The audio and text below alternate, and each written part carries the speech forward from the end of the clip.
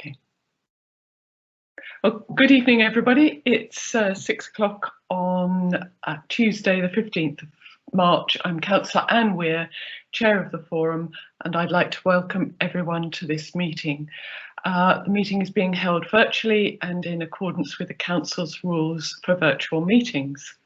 Councillors are reminded that although the meeting is being held remotely, they're regarded as being present in a meeting of the Council and they should observe the normal rules of behaviour. First of all, please can I ask everyone present in this virtual meeting to keep your microphones muted and your camera turned off while you're not addressing the meeting, as this will reduce background noise and avoid any unintentional disturbances. Can members ensure their mobile phones are now switched off or on silent? Please can I also advise that the meeting is being video recorded and live streamed from the Council's website. In addition, this video recording of the meeting will be uploaded to the Council's YouTube channel after the meeting.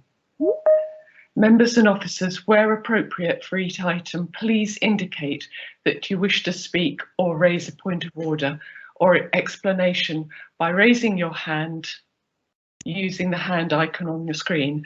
Could the gentleman who's just joined us on the nice bridge switch his camera off, please? Thank you.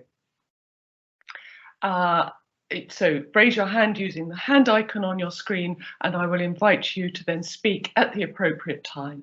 Each member will be invited to speak in turn, therefore I encourage all members to keep contributions as clear and concise as possible, please.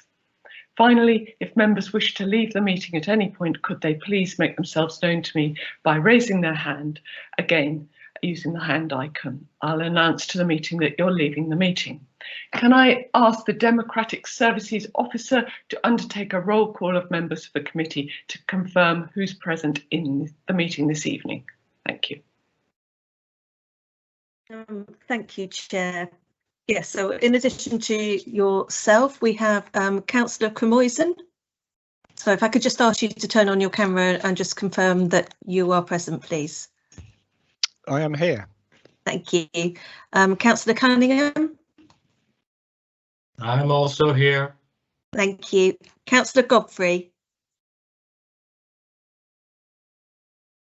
Okay, I will come back to Councillor Godfrey. Councillor Horrell.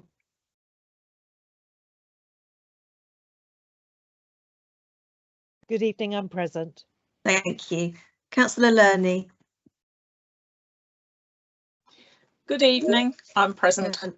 Hello, thank you. And Councillor Prince. No, but I think I just saw that Councillor Godfrey had just joined the meeting. Thank you, Madam Chairman. Sorry for my delay. I'm now here and present. Thank you. From the County Council, we have Councillor Todd. Present. Thank you. And Councillor Warwick. Yes, Nancy, hi, I'm here this evening. Thank you. Hello, thank you. And I know that we have apologies from Headbourne Worthy Parish for Councillor Idale, and I believe that Councillor Rutter is standing in. Yes, I'm here present, thank you. Thank you. So if I just double check for Councillor Prince, I don't believe he is here, but with the exception of Councillor Prince, everybody else is present. Thank you. Thank you. And can we confirm officers who are here this evening, Nancy? Yes, thank you. From Winchester Council, we have Dawn Adey and Julie Pinnock. And from the County Council, we have Jonathan Woods. Great. And I think I saw Mr. Hill joined us. Have we got Mr. Curry as well? I believe I saw Mr. Curry was there as well from Carla Holmes, yes. Yeah, and I think we're expecting Mike Slynn from the Residents Association. Is Mike with us? Sorry, he isn't as yet, no, but we are expecting him, yes, Chair. Okay, And then Councillor Porter is here as a visiting councillor, I believe. That's I've correct. been- Yeah.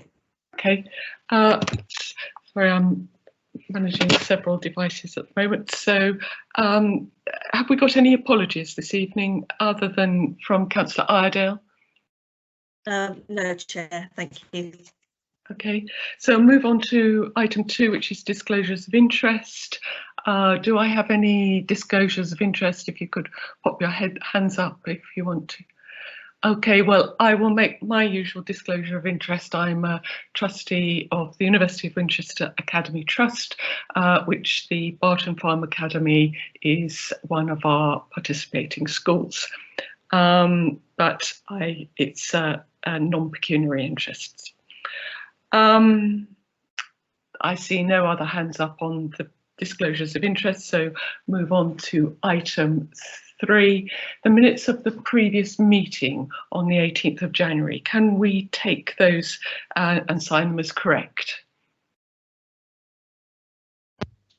Agreed. Agreed. Agreed. Right. Agreed. So moving on to item 4, public participation. The first to call would be the Kings Barton Residents Association.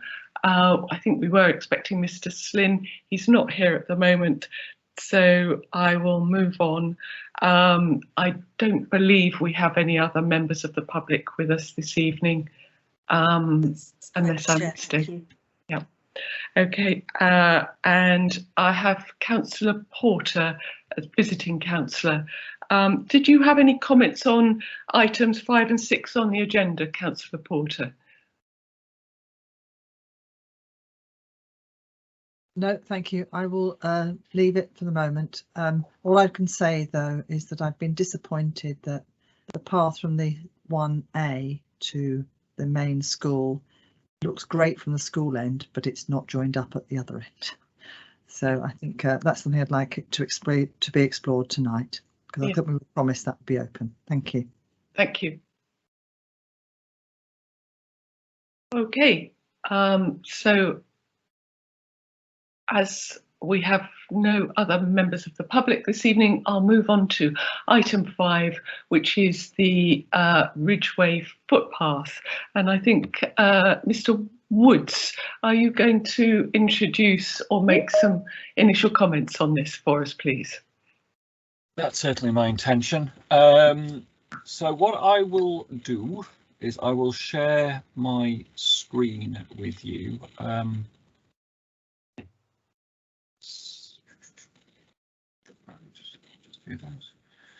So I think what I've found with these routes is that it's quite important to ensure that we are all talking about the same thing. I think because there is a certain amount of confusion that sometimes occurs. So just bear with me.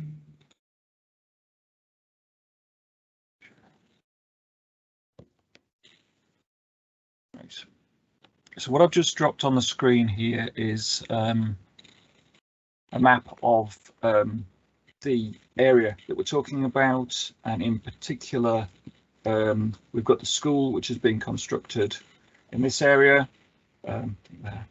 and this footpath here, which is the one that I've been working on with colleagues, which for the sake of clarity is Head Bournemouth footpath 1. So without over elongating a conversation, we were made aware of this path and its implications and the issues associated with the school at some point in last year, when I think things started to get very busy and very muddy.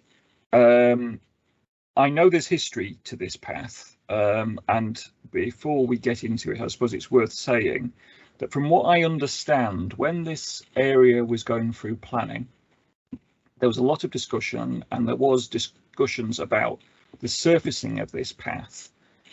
As I understand it, it then went off to Planning Inspectorate, under appeal.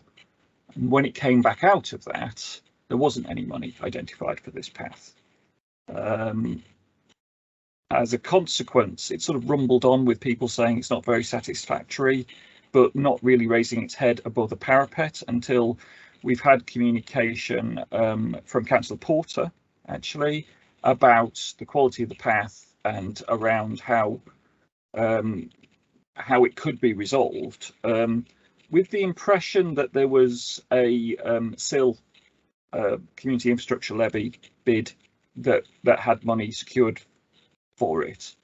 With a little bit of investigation, we discovered that there was no SIL money identified for it. There was a certain amount of scratching of heads about, well, how's this going to get paid for?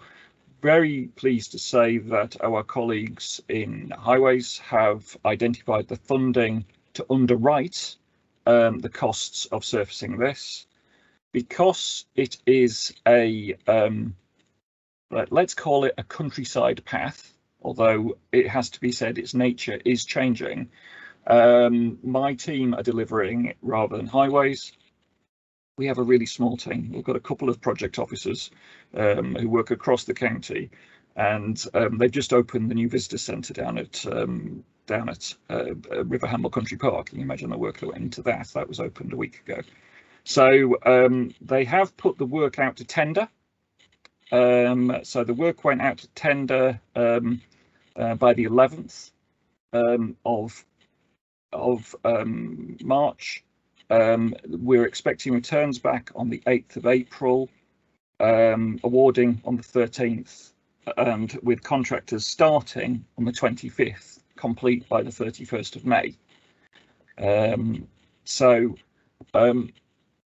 That's where we're at, I suppose, at the moment. The surface won't be a tarmac surface. It will be a self-binding stone surface. That will link with the new path, which I haven't seen, but I understand is being created going north-south up the side of the school.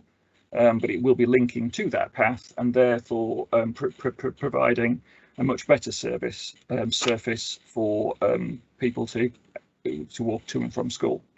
But that won't be in place before the end of May. That's so thank you, Mr. Woods. That's very helpful, and it's reassuring to know that that's coming in the next couple of months. I guess there is a question then, if we're working on that over that period. Some of that will be across the Easter holidays, which is a good thing, but we will be into the summer term, I think, while they're still working on it.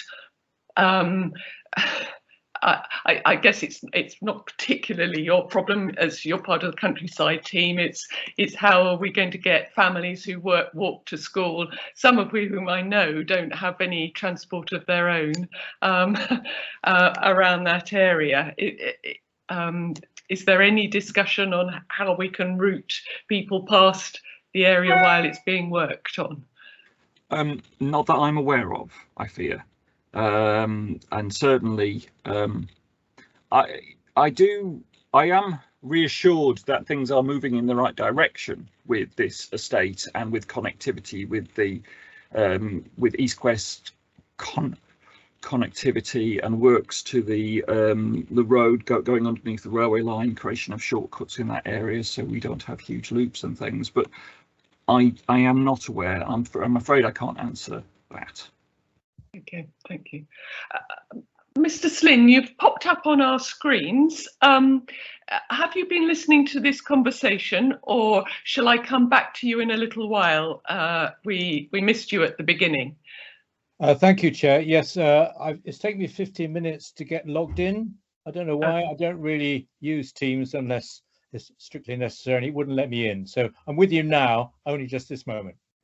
Okay, we'll come back to you. Could you switch your monitor off, please, so we can finish our conversation with Mr. Woods? Yeah. I'll carry on. Okay, colleagues, do we have any questions for Mr. Woods? I could carry on. Can I take any questions from anybody else while we're here? I'm not seeing any hands going up. I have got one. Councillor Warwick. Yes, please. Thank you so much, Chairman. Sorry, Mr. Woods, I missed the part of that you were talking about funding. Did you say there was or there wasn't still funding? So at the moment, as I understand it, there is not SIL funding. SIL funding is held by Winchester City. They are open to an application being received, which is what we're working on. I suspect there'll be some. We're going to be getting on with this work now, so there might be issues with us delivering the work before we get awarded SIL funding, which is what I'm half expecting someone to say at some point.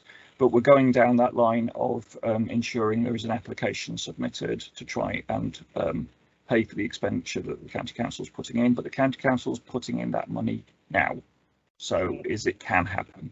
And can I just, sorry, Chair, can I just ask how much approximately we are, or Hampshire? I'm speaking as a Hampshire about County 50,000.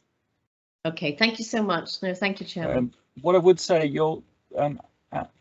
Councillor Weir, your question regarding wider access, I'll raise that with Sarah Lee and with her colleagues and come back to you and ask them to come back directly to this group with a response to that question.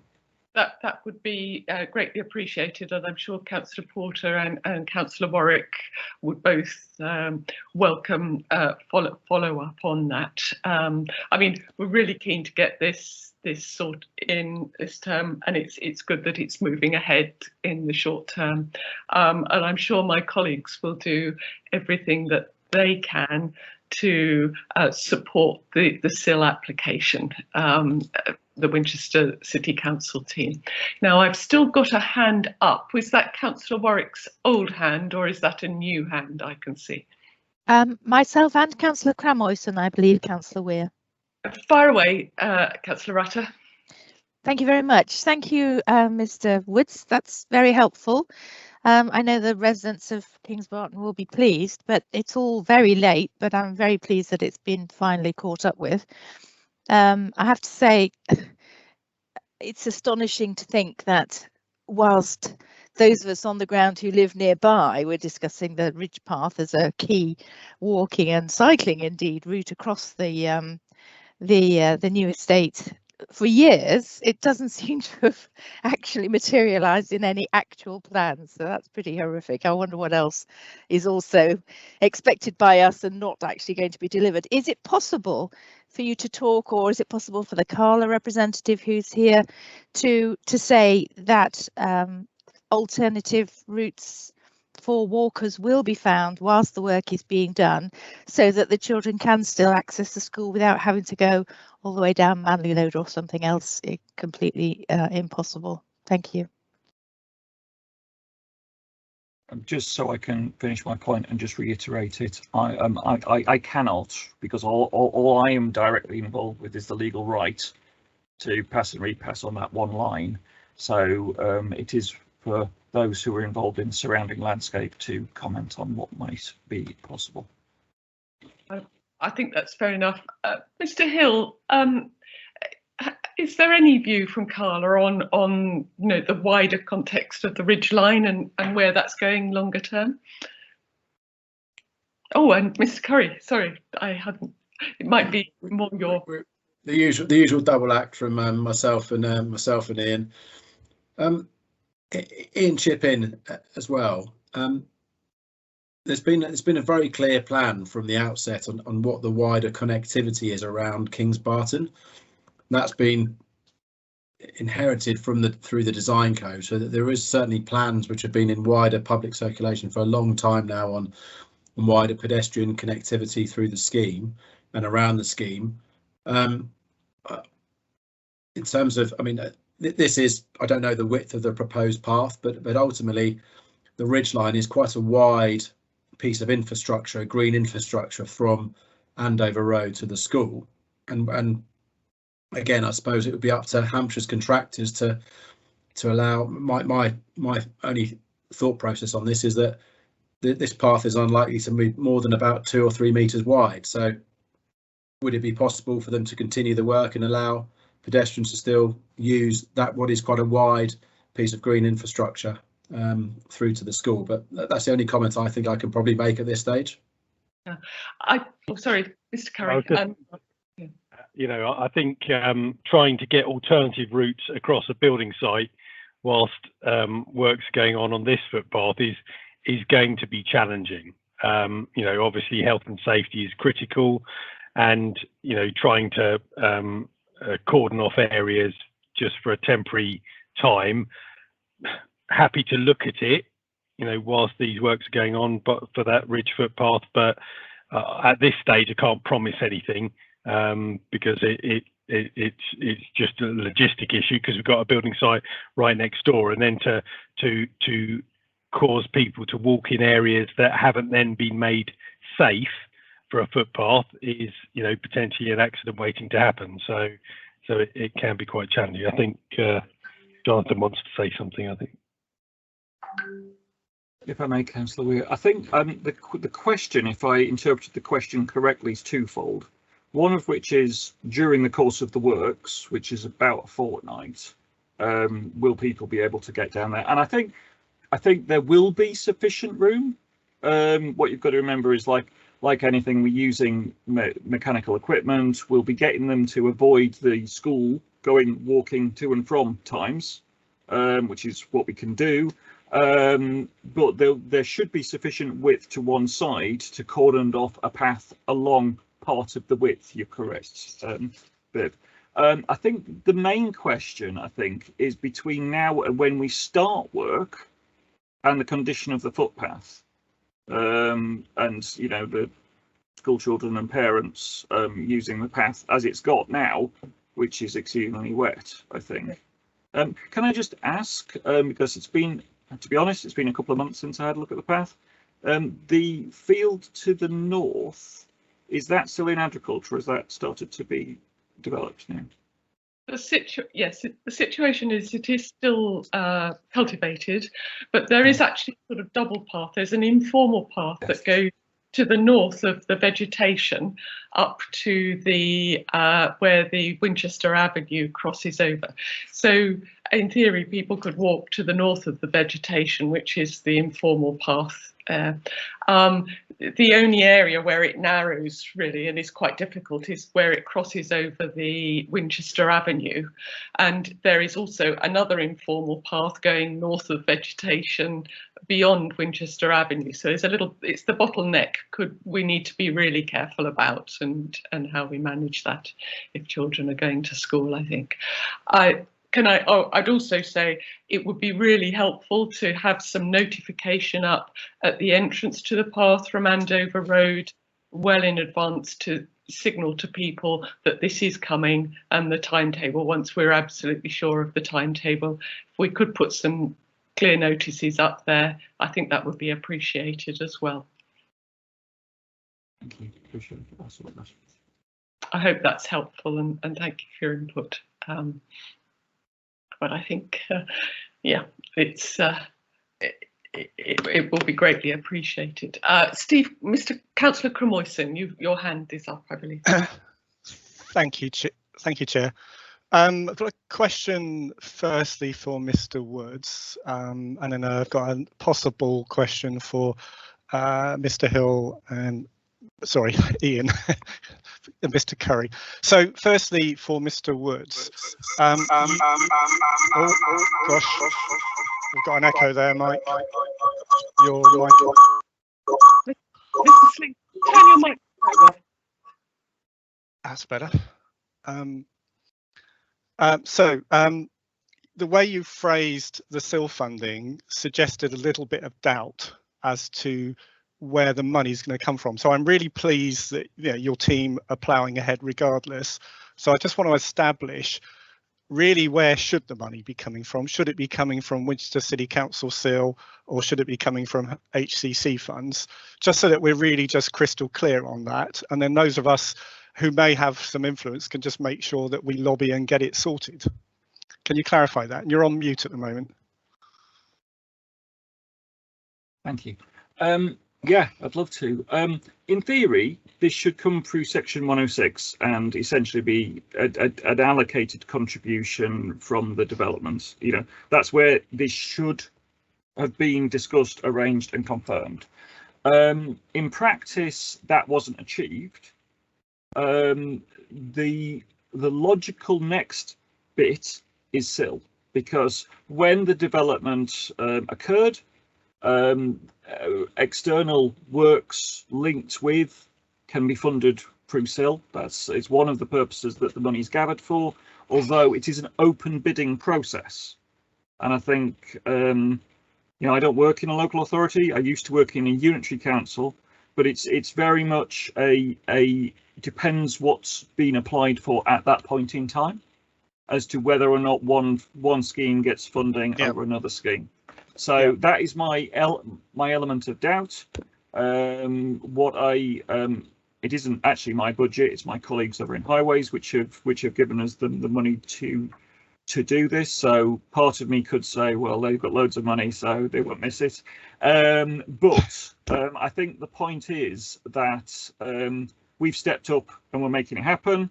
But actually, I think if we could recoup that money from SIL, which is where it should come from, because that's developer contributions, then I think that's the right place for it to come from. Yeah, and as a relatively new councillor, you didn't say specifically which authority, but I'm assuming by inference that you mean Winchester City Council SIL, or potentially Parish Council SIL, is what you're saying. Yeah, we would be applying to Winchester City. Okay. I'm going to assume that other colleagues on here who know much more about this than me will object if they think there's a need to object to that. But I'll just come back to my other question then, which was for Ian and Viv, which is related to the potential footpath, which I think is on the plan from 1A, from the 1A phase 1A up to 1B, where you've got an almost made up path coming down from the Ridgeway almost to where you could link into 1A. And I cycled down there yesterday, and I ended up having to go all the way around the Suds, which wasn't great fun, but just to see where we were. And it just struck me as we are just close, it feels so close to being able to link that up. And I appreciate what you were saying earlier, Ian, about health and safety. Totally agree with you on that. But is it remotely possible to get that link open sometime over the next month? Yes, I believe it is. That's what we're trying to do. What we're trying to do is to make the route safe. We've ordered some Harris fencing to put on timber posts rather than on feet to make it more stable. And the idea is that to avoid the trek around the Suds Pond, to actually go through to the south of the Suds Pond. So to a bit of a shortcut there. So yes, that's what we're planning to do. Probably in the next month to 6 weeks. I think by the time we got all the posts in and the Harris fencing up. So yes, that's definitely the plan. Right. So it would be a close run thing as to whether it's done in time to provide the school route from 1A up to 1B, but it's possible. Yeah, it's possible. Yeah. Okay. All right. Thanks for that. Thank you, Councillor Cromoyson. I have another hand up. Mr. Slynn, I will take a contribution for you. Did you have a question on this particular item or a contribution you wanted to make on this item? You are muted, Mr. Slynn. I can't hear you. You're still muted.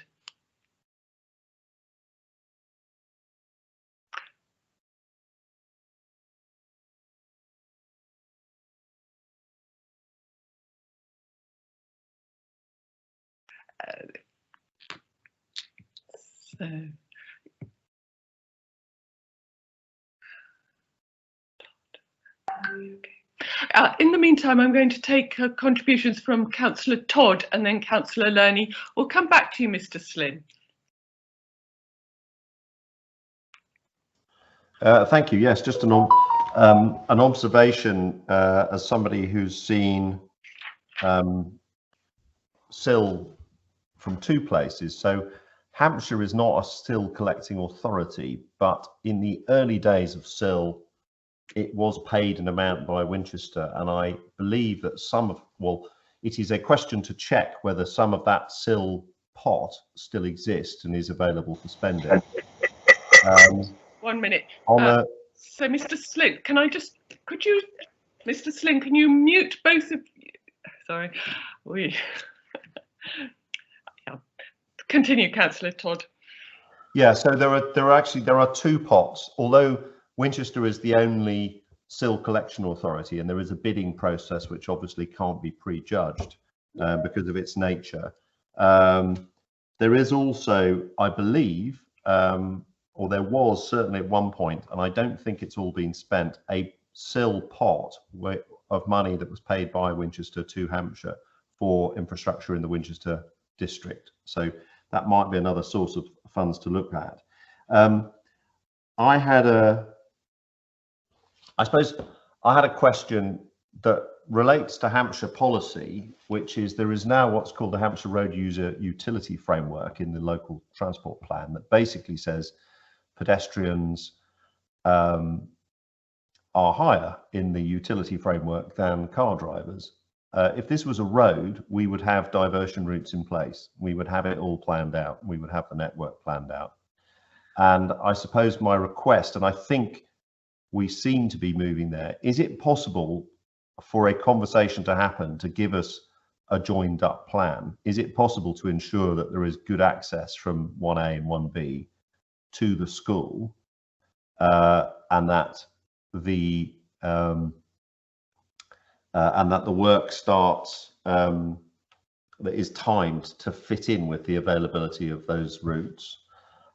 And then is it also possible, because I recognise that not all the school pupils are coming from Kings Barton, I'm sure some are coming from both east and west, that we have either a route or a pedestrian diversion route available? And there was the talk of this northern route, but can we have the conversations happen between Carla and Hampshire to ensure that every stage of the process, from whichever calendar point people are coming to the school, there is a route in place, and that we manage things and we manage diversions onto, even if it's onto informal paths on Carla land, to ensure that that's possible? So I think that's sort of what I've been hearing from the other questions from other people, but I'd just like confirmation, and if there could be some coordination, it would be good. Mr. Woods. I think I'll come back to what I was saying about Sarah Lee and the team involved around the school. They seem to be quite involved in discussions and are looking at a plan. It's a bit peculiar because even though we're a countryside service, I do lead the planning team, the planning unit in the countryside service, and I must admit this planning application's been around for a little while. And I think we would normally have seen a sort of access and movement strategy developed and a sort of phased plan to how that would be delivered through a development, which as far as I'm aware, and I'll quite happily be contradicted by people who know better than I on this one, that doesn't seem to be a place at the moment. So I think if there needs to be discussions to draw together a plan, so it's clear what's going to happen and when. I will try and encourage the county council to take part in that and engage with Carla Holmes and any other relevant body to try and make sure that occurs. I can't commit to it because it probably won't be the countryside service leading on that. Hope you can appreciate that. Thank you. I think that contribution is greatly appreciated. Yeah. And noted to be picked up, and perhaps Mrs. Adey, who's with us on behalf of City Council, might also be able to note that, because I think it's something we ought to come back to. Thank you. Okay. Oh, Mr. Hill. Just in answer to Jonathan's question there, really, that I know there have been, and I have been the author of a number of drawings over the last 6 months, 18 months, 2 years potentially, which have been shared with Hampshire, and I appreciate there's lots of different departments here, so may not have all seen the drawings that we're all asking to see, but there are a set of drawings in that have been circulated which show a phased delivery of connectivity between the phases, the phased delivery of connectivity across the wider site, and how it links to the public right of way, how it links to Barton Meadows, and how it links to our Section 106 trigger. So I'm sure that's plans we could share with the wider team at a point in time, and I think we may have even shared these at previous forums, but I might stand to be corrected on that one. But certainly that we do have a phased connectivity plans, a set of plans which are in place, and obviously it's linked to the ability to unlock certain construction sites and connect through to the public right of way primarily. That's helpful. Okay, Councillor Todd, you wanted to come back on that? Yeah, I suppose the question for me would be a bit like there's kind of two phases of this. So I think what we've seen is what you might call the long-term strategic route development. And I think what I'm asking for is almost the short-term, as we implement things, making sure it's still joined up, making sure that during the construction process we're managing diversions and other such things. So we need both, I think, is the answer. You know, it's a bit like the difference between this is our plan for the rebuilding of Junction 9 on the M3, and this is our detailed program of closures and diversions in order to make sure that the traffic keeps flowing in the meantime. And I think it's the latter that would be really helpful if Carla and Hampshire in particular could coordinate in order to ensure that that happens. Yeah, I think it's a fair point, because I think we know we can control the diversion of any new route that we're proposing through the site in and around our construction activity. What we can't influence is the diversion of a public right of way. And I think you're right, that's where Hampshire would probably take a greater lead than we would in terms of our ability to unlock the connectivity across the site. Thank you. Thank you, Councillor Todd. Mr. Slynn, if you're able to unmute yourself, I take a question now, but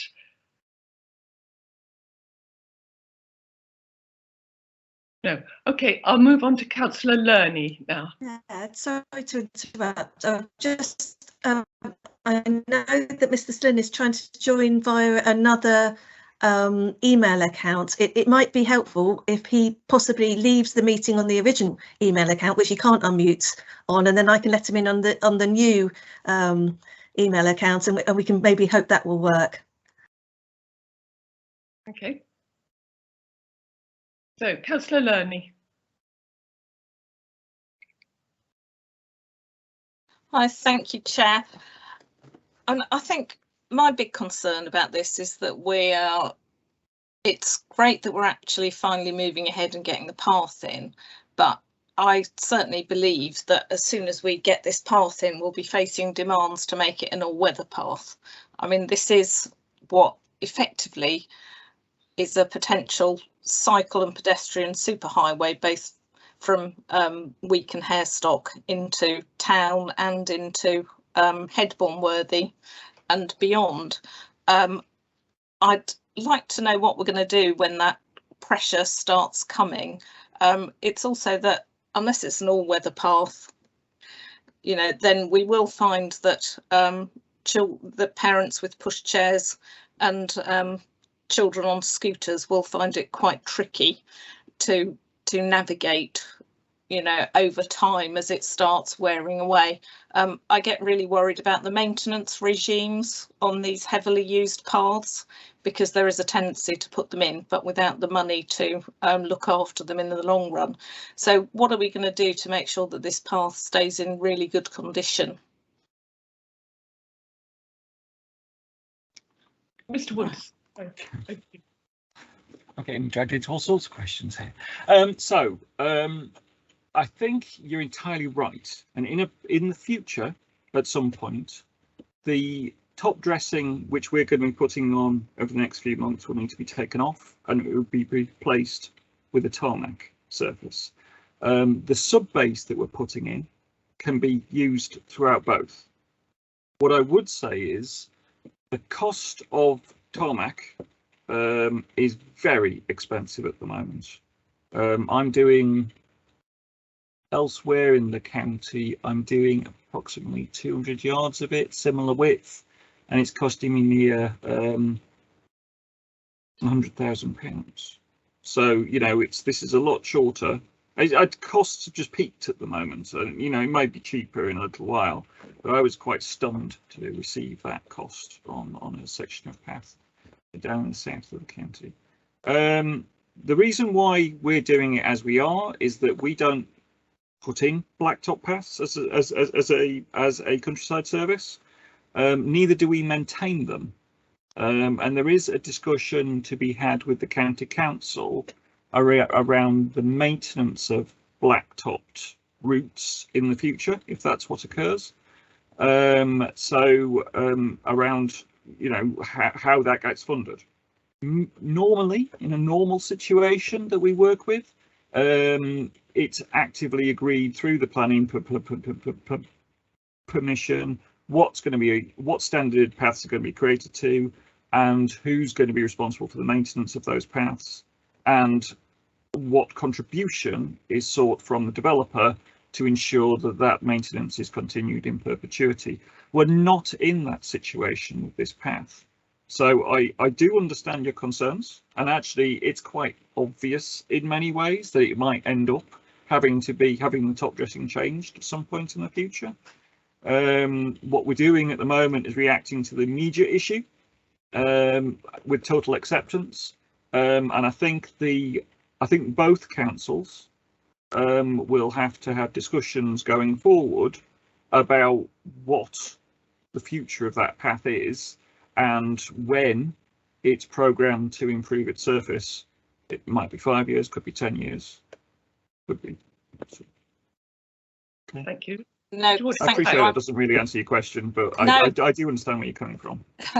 No, I think I'm just pleased to hear that actually there's an acceptance that we're likely to have to move in that direction in the future, and that it's going to be designed such that it won't be too difficult. If I can continue that point, Councillor Weir, just a little bit.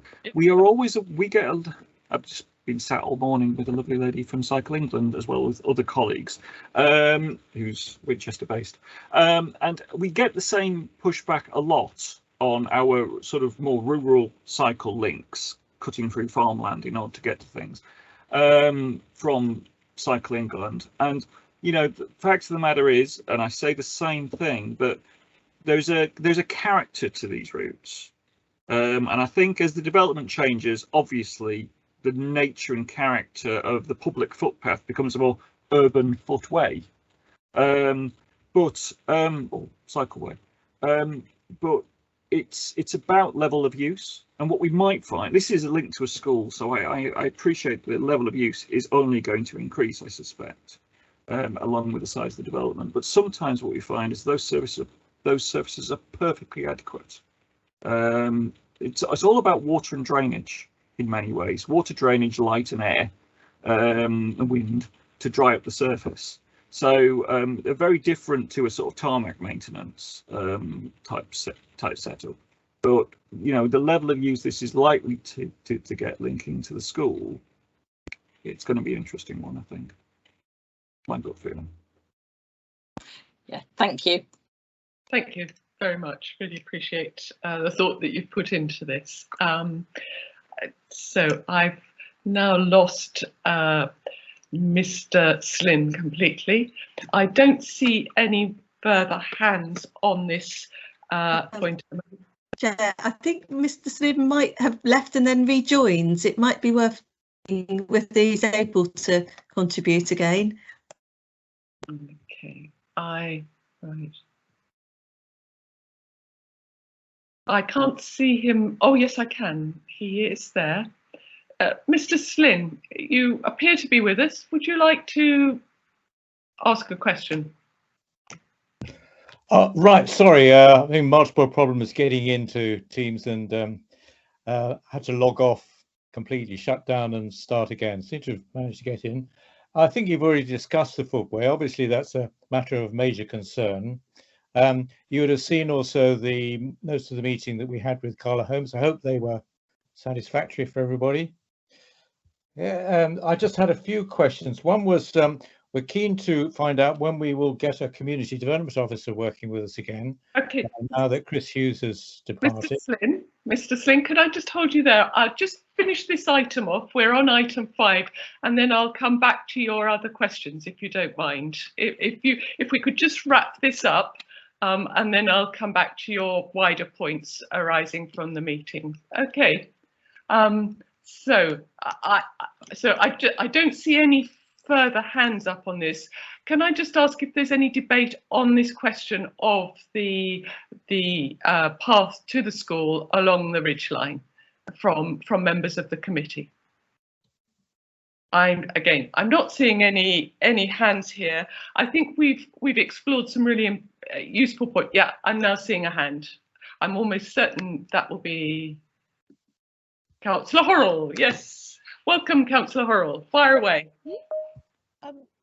Chair, thank you. And I think the source of funding, and we're grateful for the commitment already made by the Hampshire team, but can I suggest that we take it as an action upon ourselves to ensure that we, as the City Council members on this committee, ensure that we address the financing via SIL or whichever means is deemed appropriate, that we all commit to ensuring that that is on the appropriate agenda as soon as possible, so that can be clarified for everyone's benefit, and that we take that as a particular action. It was the very point I was going to make, but thank you for making it. We'll get that into the notes there. Thank you. Yes. Mrs. Pinnock, I see your hand is up. Thank you very much, Chair. I just wanted to reassure members that we have sent the appropriate application paperwork to Hampshire County Council to make the SIL application, and it really is with them to make that application to us. And I think, as one of the councillors said earlier, there is then a bidding process, and it will be a member decision as to where our SIL funding is spent. And I certainly know that the office is involved in that, and some of the panel are aware of this sort of imminent application, but we haven't received it yet, Chair, so we can't action it in terms of our SIL colleagues. But they were certainly aware of the 50,000 mark figure and have sent the forms and are waiting for them. Thank you very much. And so I note again Councillor Horrell's point that yes, the members, City Council members, should keep abreast of that. I think there were some useful points made by Mr. Hill about the phased delivery of connectivity, and that we might wish to put that on future agendas to keep revisiting and ensure that the forum is keeping up to speed with those plans of phased delivery as requested by Councillor Todd. So I think it would be useful to revisit that at future meetings, and in particular that connection between phase 1A and phase and the ridgeline would be useful there. Apart from that, I think the following the money and looking at the future phasing were critical issues coming out of this, and clearly longer term there is further work needed on the development of the ridgeline and the sort of role that it's going to play, what the status of it. But I think we appreciated Mr. Wood's comments, particularly about the changing nature of that route, and that it will be informed by levels of use. So personally, I feel that was a very useful discussion. I'm grateful for everybody who took part in it today. And thank you, Mr. Woods, for being with us. Did you want to make any concluding? No, I was just going to thank you for your time and say I've got a few actions that I'll go back and look at with the schools team, and I was going to peel away if that was okay. You're most welcome, and thank you for your time. Thank you. Okay. So before we go on to item 6, I'm going to go back to Mr. Slynn on public participation. Would you like to raise your points now? I'm sorry I cut you off earlier, but I just felt it was useful to finish that item. Thank you for your bearance, Chair. I hope you can hear me. I can't. I can. Don't seem to be able to switch my camera on. It doesn't seem to work. Never mind. So you talked about the footway. No doubt we'll hear in the future when and if we're getting a footway properly surfaced or not. The other points I was making were that we submitted the notes of our meeting with Carla Holmes, and I hope that's satisfactory. Hopefully you've all had a chance to read that. We were particularly concerned, moving on to another point, about when we might get a community development officer now that Chris Hughes has resigned. So some information on that would be welcome. Also, we note that in the travel plan, the number 86A bus service should have been in place by now, and we're wondering when we're going to get a 30-minute frequency service on Andover Road for current residents. Perhaps somebody could answer that question for us. And finally, the waste recycling centre proposal. I think everybody knows about the waste recycling centre of 3 Maids Hill. For resident association, we're particularly concerned about heavy goods vehicle movements coming through the development, and we'd like to know what action you'd be able to take on our behalf to prevent that happening if the development was approved. Thank you. Thank you, Mr. Flynn. Can I take the first question? Mrs. Pinnock, do you have anything to say about the Community Development Officer? Yeah, thank you very much, Chairman. Yeah, I'm pleased to say that we have that job out to advert at the moment. So we have worked with Carla to agree the replacement of Chris Hughes for another 2-year period, which Carla will fund. And that would be both, it would be a joint role to fulfil both the planning sort of implementation role and also the community worker role, which I think is really important, and that forms an integral part of the job we're advertising. Thank you very much. I'm sure that's good news. Obviously that will take as long as it takes, but I'm sure that we're moving as quickly as possible on that. I'm going to just move through these points. I see Councillor Rutter, you have your hand up. If I could just move through Mr. Slynn's points and then I'll come back to you, Councillor Rutter. On the travel plan, the 86A bus service, I'm not sure whether there's anybody here who can address that question. I'm not seeing anybody jumping in on the 86A. I think, oh, Mrs. Pinnock? Sorry, I'm not going to be able to jump in and answer the question, I'm afraid, but when I was inviting Jonathan Woods to this meeting on your behalf, I did have some correspondence with the Sarah Lees that he mentioned, but also Gemma Bowery, and I think Gemma would be willing to come to a future meeting and discuss some of those trigger points on the travel plan. Thank you. That would be helpful. We'll note that and perhaps we can pick that up for the next meeting then. Thank you very much. Chair, I believe Councillor Porter has some information about the bus service. Okay. Councillor Porter. I'm not sure if I'm allowed to speak, but I'm just going to say that Rachel Hartley and Emily Payne have been working on a service, and I believe they've tendered for a taxi bus service, which I also believe is due to start in the very near future. And Carla have been having conversations about bus stops, so may be able to advise you. Okay. Well, I'm not seeing either Mr. Curry or Mr. Hill jumping in here, so I'm assuming that maybe somebody else in their team. Yeah. Okay. I suggest we put that on the next agenda so that people can come prepared for that discussion. Okay. And then we have the question about the waste recycling centre at 3 Maids Hill. Mrs. Adey or Mrs. Pinnock, is there anything that we can comment on that at this stage. Again, I don't think we've come prepared to deal with that question this evening. Is it something we could come back to at a future meeting? Dawn. Yeah, I'm sorry, just to reiterate what you've just said, I haven't prepared for that this evening. If we could bring that back, please. Yeah, we'll put it on. Thank you. Thanks very much. Okay. Okay, Councillor Rutter, your hand has been patiently raised. Thank you, Chair. Can I ask a question on the notes from the Residents Association meeting with Carla Holmes? Okay.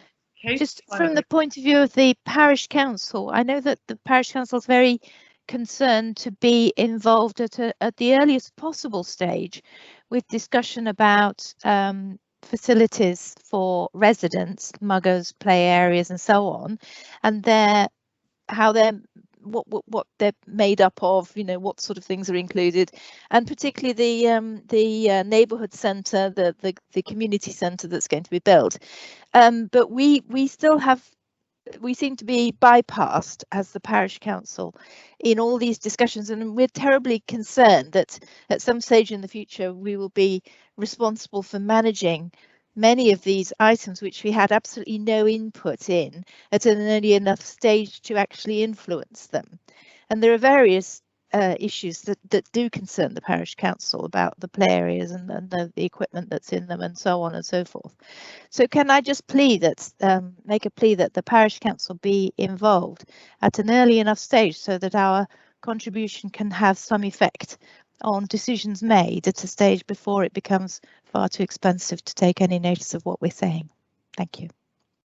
Thank you, Councillor Rutter. Can I suggest that that might be something to put on the work list for the new community development officer when said person is in place? Would that be appropriate, do you think, Mrs. Pinnock? I certainly agree, Chair, and I think it's something we'll take away from this meeting and some other discussions about making sure. I think with this forum, sometimes perhaps not everyone is always here or they're not parting to various discussions, and I think that's something we need to ensure with the new person and taking on that community role as well as the planning role. We'll bring those things together and make sure that everyone is included in discussions. I think I would add, though, that, you know, of course, the planning permission sets out and specifies the design codes and some of the provision. But I think there's also that opportunity for engagement and about who may manage and maintain future areas. Thank you. So I have Mr. Slynn, you wanted to come back in. Thank you. No, I didn't. But I've not been able to cancel the hand or switch off. We can help you there. Right, So fine. All right, I have Councillor Todd next. Just a minor point, in reference to the contact with Peter Simmons, as a county councillor and a city councillor, I'm on Peter Simmons Neighbours Liaison Group, and I'm very happy to put the Residents Association in touch with Dave Cartwright and his team to raise the question of parking, if that's at all helpful. I'm sure that would be appreciated. Thank you. Okay, Councillor Horrell.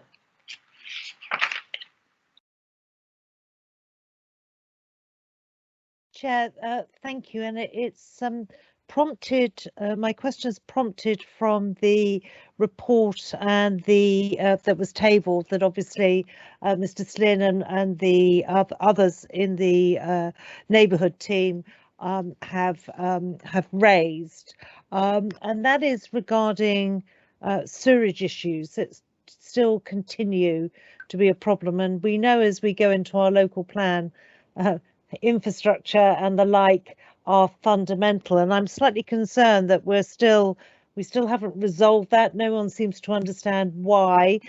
Certainly a request made of the residents to advise and keep a diary log so that these can be noted. But as we continue to build out the development, I think it is a matter of concern if we haven't resolved this on these early stages, and just wanted to better understand what our action plan was over and above asking for residents just to note when they observed anything unpleasant as we go forward. Thank you, Chair. Thank you. Yeah. Mr. Hill or Mr. Curry, did you have any sort of thoughts on the sewage question? No, is the honest answer. I think we've asked for the resident, because the smell is intermittent. That's the issue. It's not a constant issue, and we previously asked for residents to just to provide a diary as to when they were smelling it. If it was a regular thing, it was once a day, 10 times a day. Is it from a particular manhole? Is it from is it only in the mornings? Is it only in the evenings? It could be an atmospheric thing. We've had a CCTV survey of all the sewers there, so we know they're clean. We know they're running. We know there's no how do I say it politely, stuff being left in the pipes, and so we know there's no debris there. So we are looking to liaise with Southern Water. We'd initially approached them. They were helpful, and we are going to approach them again to see if they can assist us in this. If the sewers are running clean, if you like, there is no reason why they should smell. So that's the thing. And I personally have smelt it. I know, and it's like an intermittent waft of about 10 seconds, maybe 15 seconds, and it dissipates. So we're struggling to understand what that can be. So what we've done near a number of residents, we've sealed the manhole covers, and we know that is potentially pushing the smell in areas where there is no windows open that it will affect. And we're just seeing whether that's resolved the problem in the sense near where residents are based. But because it's intermittent, that's the problem. If it's a consistent thing, we think that there may be a blockage, or it was something to do with the pumping station over the other side of the ridge. But we don't believe that to be the case, because it doesn't smell when the pumping station's working. So that's the problem. And very happy for people to chip in if they've got any ideas. We're dealing with Southern Water on it, see if they can assist us, and we'll go from there. So the idea of getting residents to help us was to help us create a diary to understand a bit more, to inform us with our conversations with Southern Water, to see if it can be resolved in that way. But it's not a health hazard. It's an inconvenience and I think probably it might dissipate with the more properties that are connected to the sewer. We're not sure, but I seem to recall in one of these meetings, perhaps a year ago when it was first discussed, or 9 months ago, that some councillor mentioned that on another development nearby, don't know what it was, where they initially had this this smell problem before too many homes were connected. Once there were more homes connected, the smell went away. So and that's why we're engaging with Southern Water on it. Well, that's very helpful, Mr. Curry. Thank you. Those of us who live nearby perhaps we should all be contributing to the diary, because I've certainly noticed it myself when I'm walking past. Okay, I'm not seeing any further comments on this section. Going back to Mr. Slynn's initial remarks and the paper on the KBRA meetings. So I've just seen that Councillor Horrell is leaving. Thank you for your contributions. We'll move on to item 6 and now, the update on the community centre phase 2B. I'm hoping Mr. Hill and Mr. Curry would just give us a quick update on that, where we are. Thank you. Sorry, I just missed. You'd like an update on what? Sorry. Our item 6, Mr. Curry, is on the community centre, the phase 2B public engagements and consultation. I shall leave that to my colleague, Mr. Hill, to respond to. Thank you. Thanks very much. Thanks, Chair. It's a very brief update from me this evening. We've in terms of where we are with the process and where we are with applications going forward on Kings Barton, we have just in a process of revalidating phase 3A, which is to the south of the ridgeline, adjacent to Winterbourne Meadows, and the 2B more recently approved application. So I think Winchester will no doubt be seeking consultation responses on that application over the coming few weeks. That is for 195 homes. That has now been resubmitted. That will be the next phase that we'll be taking forward. And then immediately into phase 2B, we're looking at a summer application for revised application for approximately 291 dwellings and all the mixed uses within the neighbourhood centre. So just to remind everyone, that includes the food store, public house, community centre, children's nursery, and affordable extra care apartments, and the associated ancillary supporting retail spaces that will sit alongside the food store. We're having a number of conversations with end users, and we need to really firm that up before we can finalise the plans and be in a position to share those with the wider team. We're not there yet. As you can appreciate, it's a complicated beast, the neighbourhood centre. There's a lot of moving parts there. We've got to tie up commercial deals first, and we've got to continue to engage with Hampshire County Council on the design of the neighbourhood centre road, the appropriate crossing points, access and egress into those adjacent service parcels which we're providing. So it's all work that we're fully hands to the drawing board on at the moment, and we're anticipating a summer application, and that includes the community as well. I think I failed to mention the community and how that is delivered, how that's managed, who might deliver it, and all those conversations we're having with Julie's team at Winchester at present. So do you anticipate any public engagement on that before you submit the application? I think previously we had said that we would engage with the wider team, with wider stakeholders and wider public. I think that the limit of consultation, I think, is an interesting one, given the complex nature of what we're presenting. I think my own instinct is that it'd be more for information, given all the conversation we're having, that this is what we're proposing to resubmit. This is for information. Clearly, if there are fundamental concerns from anybody, we would by all means sit down and listen to the concerns. But there's a lot to pull together to get this application right, to create a sense of place, get the landscaping right, create a community, and that's what we're passionate about doing here. So the focus on us and the engagement with everyone involved is to really create a real special place at Kings Barton. That's what we're focused on doing. Thank you. Okay, I've got a question. Councillor Rutter, I think she may have a question for you. Thank you very much, Chair. Thank you, Viv.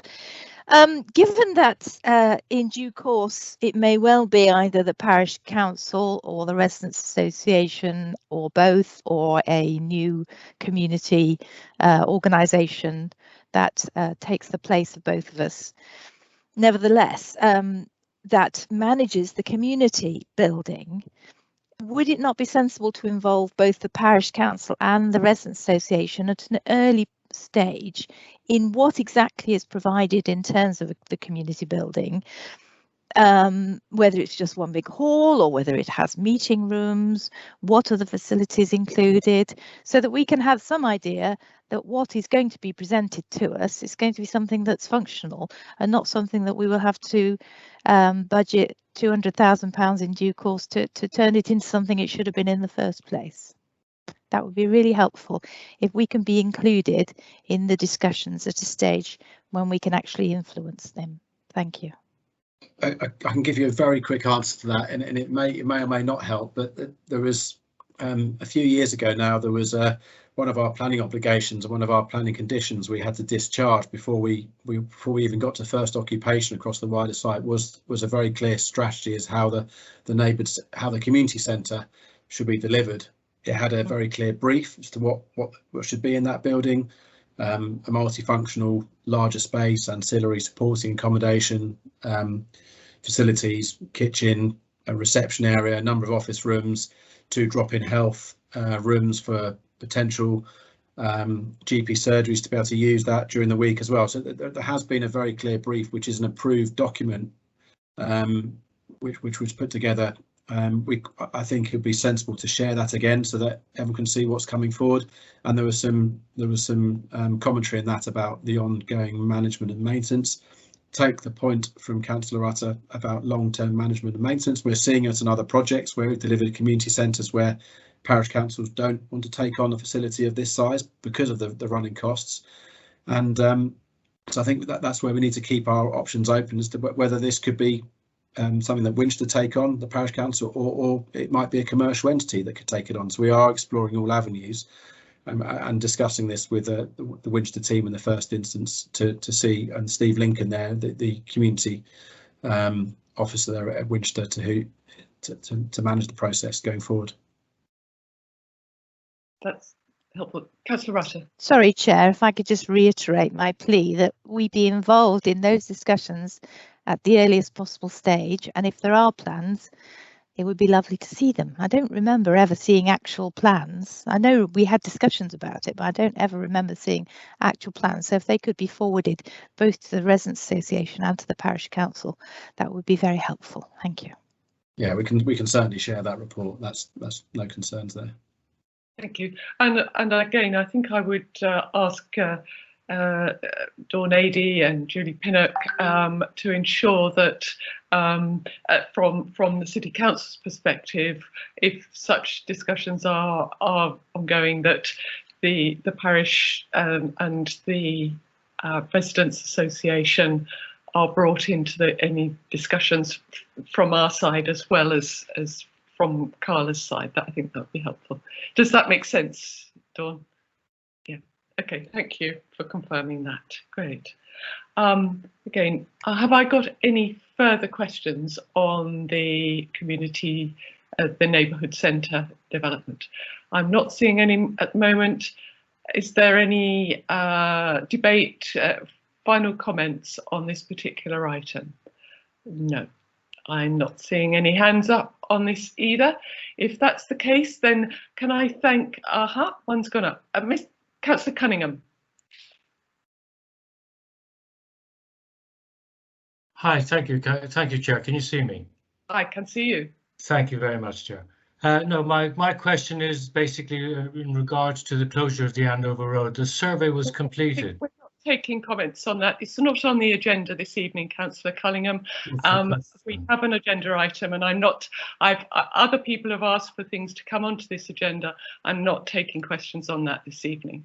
So thank you for putting your hand up, but we'll move on at that point.